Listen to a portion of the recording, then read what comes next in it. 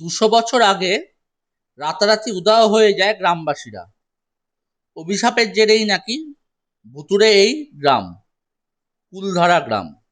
২০০ বছর ধরে কোনো বসতি গড়ে ওঠেনি এখানে। লোকে বলে এই গ্রামে নাকি দেখা মেলে ভূতেরও। ২০০ বছরের প্রাচীন এক অভিশাপের স্মৃতি এখনো বয়ে নিয়ে চলেছে কুলধারা। আজকে আলোচনা করব ভারতের এই অভিশপ্ত গ্রামকে নিয়ে। ইতিহাস জানায় এই গ্রাম গড়ে তুলেছিল কুলধর গোত্রের পালিওয়াল ব্রাহ্মণেরা। পালি নামের এক জনপদ থেকে এসে এখানে বসতি গড়েছিলেন তারা। তাদের উদ্যমে গ্রামটি ধীরে ধীরে এক সমৃদ্ধ নগরের চেহারা নিয়েছিল। রাজস্থানের মরু অঞ্চলের পত্তন করা এই গ্রামে পুকুর কেটে কুয়ো খুঁড়ে পরিকল্পনা মাফিক নদীর জল ব্যবহার করে কৃষিকাজ পর্যন্ত শুরু করেছিল তারা।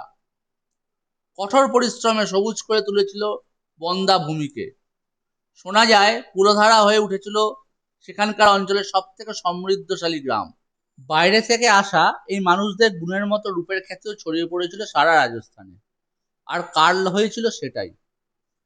জনশ্রুতি অনুযায়ী এই সম্পদের জন্য মানুষের লোভই শেষ করে দিয়েছিল সমৃদ্ধশালী গ্রামটিকে। ১৯ শতকে নাকি জয়সালমীরের স্টেটের অত্যাচারী দেওয়ান সালিম সিং এর কুনজর পড়েছিল এই গ্রামের উপর, বা বলা ভালো গ্রামের মোড়লের অপূর্ব সুন্দর কন্যার উপর। মেয়েটিকে দখল করার জন্য এক নোংরা চাল চেলেছিলেন দেওয়ান। কুলধারার জন্য অসম্ভব চড়া হারে খাজনা ধার্য করেছিলেন তিনি। আর তারপর গ্রামবাসীদের প্রস্তাব দিয়েছিলেন হয় ওই মেয়েটিকে তার হাতে তুলে দিতে হবে, না হলে ওই বিপুল পরিমাণ খাজনা তো দিতেই হবে, সঙ্গে মেয়েকেও তুলে নিয়ে যাবে সেনারা। বিকেলে মেয়েকে বিদায় দেওয়া যাবে না, এই অজুহাতে সেদিন রাতটুকু সময় চেয়ে নিয়েছিলেন গ্রামবাসীরা। আর সেই সুযোগেই রাতের আধারে গা ঢাকা দিয়ে গ্রাম ছেড়েছিলেন তারা। পেছনে পড়েছিল তাদের ঘর বাড়ি জমি জমা, ইষ্টদেবের মন্দির, শস্যের ভাণ্ডার, আর এতদিনের শ্রম যত্ন ভালোবাসা দিয়ে গড়ে তোলা জনপদ কুলধারা। পরবর্তীকালেও আর কোনো খোঁজ মেলেনি তাদের। সেই অসহায় মানুষগুলি চোখের জলই কুলধারা গ্রামকে অভিশপ্ত করে রেখেছে বলে বিশ্বাস করেন স্থানীয় মানুষেরা। এই পরিত্যক্ত গ্রামে বাস করতে গিয়ে অনেক দুর্ঘটনার শিকার হয়েছেন অনেকে, এমনকি প্রাণও হারিয়েছেন বলে শোনা যায়। ২০১০ সালে দিল্লির প্যারানর্মাল সোসাইটির একটি দল এই গ্রামে এক রাত কাটিয়েছিলেন।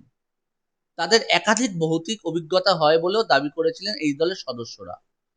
আর এইসব ঘটনা মিলিয়েই পাকাপাকিভাবে অভিশপ্ত গ্রামের তকমা লেগে গিয়েছিল কুলধারা গ্রামের গায়ে। সেদিন অসহায় পলিওয়ালাদের ক্ষোভ হয়তো খানিক সুবিচার পেয়েছে, এভাবেই মনে করেন স্থানীয় মানুষেরা।